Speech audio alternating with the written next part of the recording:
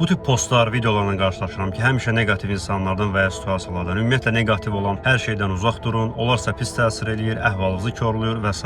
və ilə axır. İngilislər demiş bullshit, yəni zibil informasiya. Bu cür yanaşma ilə hərəkət eləmək olmaz. Çünki bəzi insanlarsa pis təsir eləməlidir, bəzi situasiyalar sizi negativ vəziyyətə salmalıdır və bəzən siz sadəcə olaraq o situasiyada olmaq məcburiyyətindəsiniz. Bu bir. İkincisi, həyatda davamlı olaraq deyib gülmək deyə bir şey yoxdur. Yəni bu praktik olaraq mümkün deyil. Sən istəsən də, istəməsən də negativ situasiyadan üzbəüz qalacaqsan və həmin situasiyada bir müddət olmaq məcburiyyətindəsən. Həmin situasiyalar sənə mütləq şəkildə nə isə göstərir. Ya sənin zəif tərəflərini göstərir, ya da əksinə müsbət tərəflərini. Çünki bəzən müsbət tərəflərin səni negativ nəticəyə doğru aparır. Yəni ağıllı olmaq həmişə işə yaramır. Bunu hamı bilir. Bəzən axmaq olmaq lazımdır. Yaraşıqlı olmaq həmişə səni qəşəng qızlarla bir yerdə eləmir. Bəzən əksinə bu başa bəli olur. Yaşayanlar bilər. Və yaxud da super səviyyədə fikir versəz, gözəl qızların xoşbəxtlik indeksi adətən orta statistik qızlara nisbətən aşağı olur. Niyə? Çünki onun müsbət tərəfi onu negativ nəticəyə doğru aparır. Yəni negativ situasiyalar vacibdir və onlar